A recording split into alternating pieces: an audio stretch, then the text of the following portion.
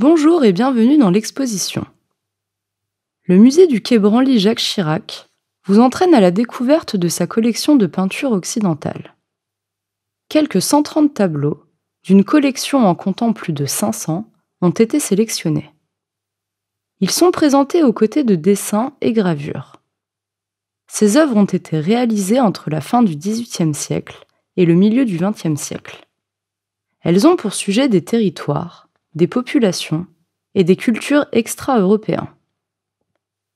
Cette collection, méconnue du public, provient des institutions qui se sont succédé au Palais de la Porte Dorée de 1931 jusqu'à la fin des années 1990.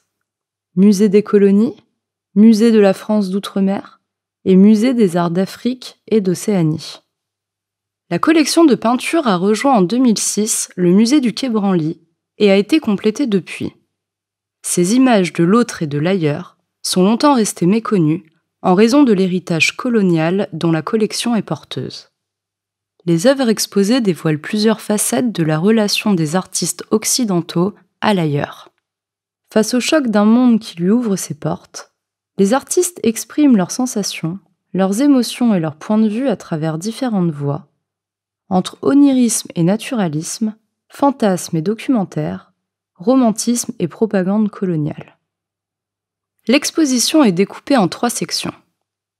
Dans la première section, Séduction des lointains, vous allez découvrir la fascination exercée chez les artistes par les territoires lointains et la construction d'un imaginaire exotique en Occident.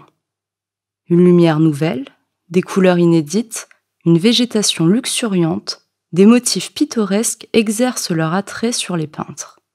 Les terres lointaines sont aussi synonymes d'un âge d'or de l'humanité pour les artistes qui tournent le dos à la civilisation occidentale. La deuxième section de l'exposition, Altérité plurielle, est consacrée à la représentation de l'autre, celui qui n'habite pas le même continent, ne partage ni les mêmes mœurs, ni les mêmes coutumes.